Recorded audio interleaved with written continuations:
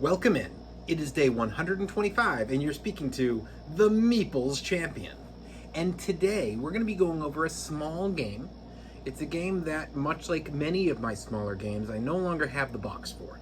This was put into one of my basically my photo-styled boxes that holds loads of small games, so it's easy for transportation. That game is Harbour. Now, again, you get these awesome boxes that I've used. If anybody ever wants to go to a local craft store, I get mine from Michael's.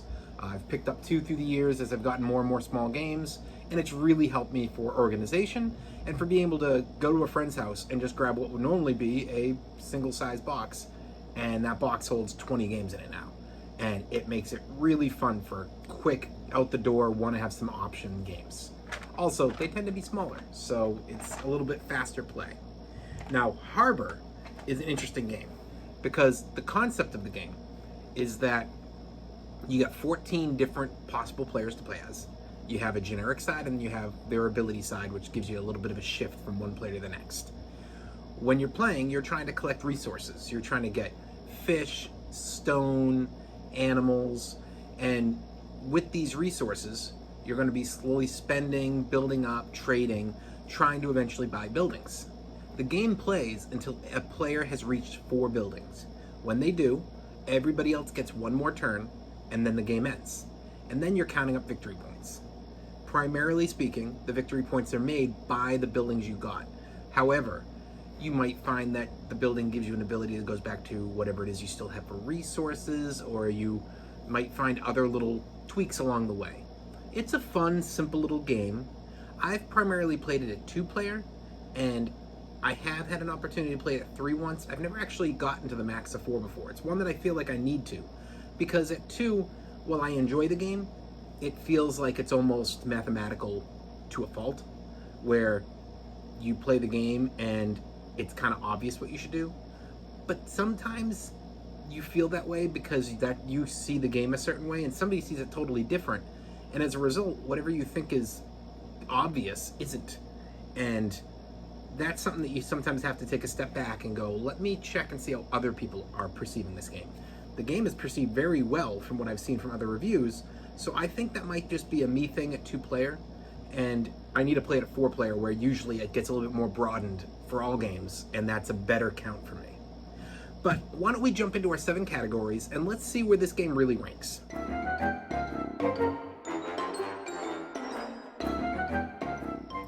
The art on this game, the box is really nice. It was a box I was really upset to have to get rid of.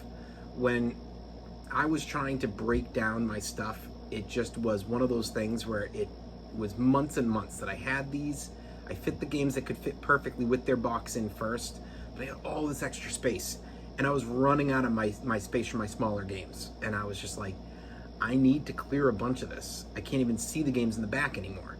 I like to have everything organized in a way where it's very easy to see what I own. And I had to make that decision, and I threw out boxes. And Harbour was one of those game boxes I really liked. And I think that your playmats, your cards, everything with this game is such a beautiful representation of a playful little game of essentially resource management at the Harbour. It's a huge thumbs up on the art.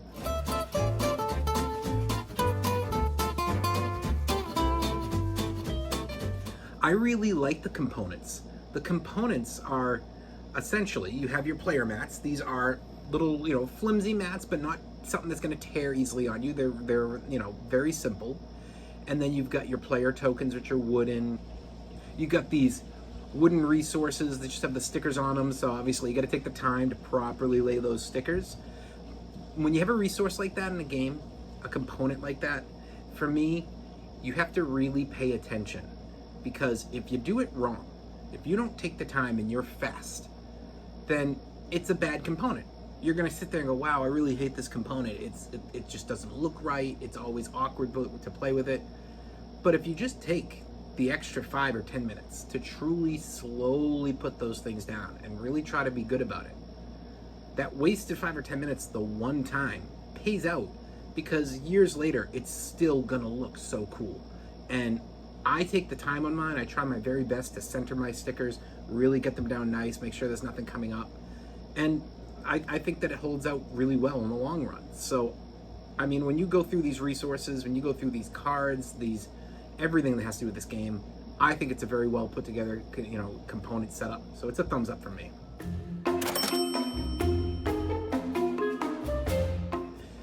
The price is, so I know you're not going to find Harbour ever at a Target. I do believe I've seen them on occasion at a Barnes & Noble. It's a smaller box, and since I own it, I'm not looking for it. And when I go to a Barnes & Noble, I don't tend to go into the smaller game little stack area as much as the bigger games. So it's one that kind of doesn't catch your eye a lot, but I do believe I've seen it there before. You will find it at probably like 2 out of every 5 board game stores. It's a very good game, and because it was smaller, even though it wasn't mass produced, smaller games are able to get out a little easier. So sometimes a game that didn't hit huge, but it was a good game, if it's smaller, you're gonna find that is more likely to end up in stores. It's definitely one I've seen at conventions. Price-wise, I believe this goes for right around that 20 range. It could be as high as 30, but to be honest, even as high as 30 isn't that much for what you're getting from this game. You're not getting a small little card game. You're getting a legit board game that they've just really made it smaller. Because if they wanted, they could have given us bigger player boards, bigger resources, bigger cards, and made the game a bigger box. But they didn't. They made the choice to downsize that, make the game affordable, but you're playing a really good game. So I think they did a great job on that. It's a thumbs up.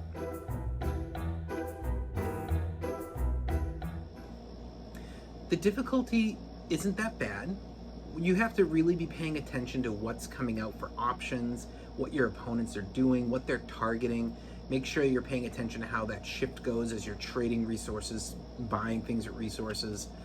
I think that it's a game that an expert can appreciate, but an experienced will really like, and that a beginner can definitely try on this game before you try to get them into a bigger games resource management game.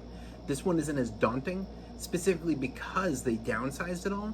It's not huge, it's not you looking all over the table, you're really centered, and it is a smaller game in regard to there's only 4 resources in the buildings, so you're not overwhelmed. So I think a beginner can come in nice on this. It's even a game that I think kids can come in on. It may not be one that they 100% get yet, but it is a great game in that introduction to a resource management so that kids can start to prepare for a bigger game down the line. If they can pick this one up, they'll pick those ones up. And this one, again, isn't as daunting, so it's going to give them a chance. So I'm going to give this a big thumbs up.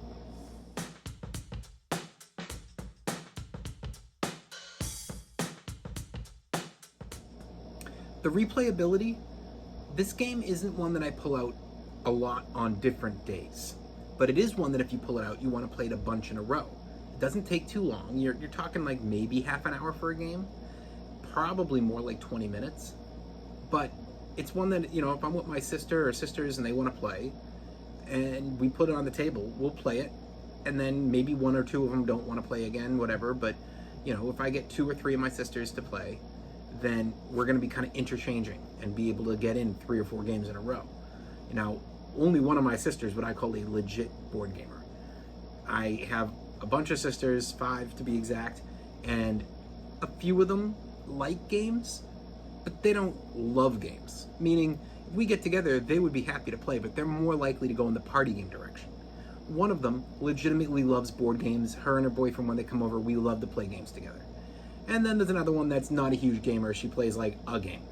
So when I say I get together with a family and 2 or 3 of my sisters want to play, but they kind of interchange, that's not to say that they dislike the game. It's just that they're not a gamer like me. So I might get one sister who stays and plays 2 or 3 in a row, and the others kind of interchange because they only have it in them for a game. But I really think the replayability for getting a bunch in a row on a single day is there. It's a thumbs up.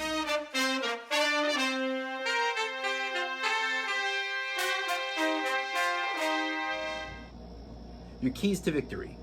So this is where I think that the game falls a little bit. And again, this could just be me. But it feels like the only key to victory is simply getting the resources to buy the cards, and you don't have another option. There's no real other way to go. And when that's the situation, it gets tough because I feel like, so it's already kind of preordained. we already know what we're going in for. So if we have all these buildings up top, well, I know you're going to take that one because that's the best building, and I know you're going to take that one because that's the best building. And if you want to go cheaper because you want to get the buildings faster to try to hit the 4, it's not that much cheaper. It's not that much of a shift. It just, for me, I feel like they needed to have something extra here.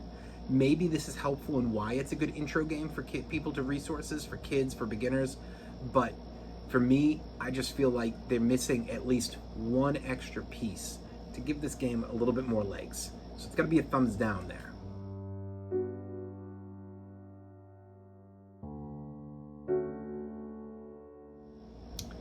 Is this game unique? That is a fantastic question. So I've been trying to think about other games that this kind of reminds me of. Now, you could go to, like, say, Clans of Caledonia. It's a much bigger game, but the same concept of the multiple resources. You're using these resources in trade to try to affect, what you're getting for being able to cash it in and get bigger things that give you points. It's a long-winded way to get back to whatever the payout is for this, but I only feel like it matches up in little corners, and it's missing so much gameplay that has that it can't really be compared.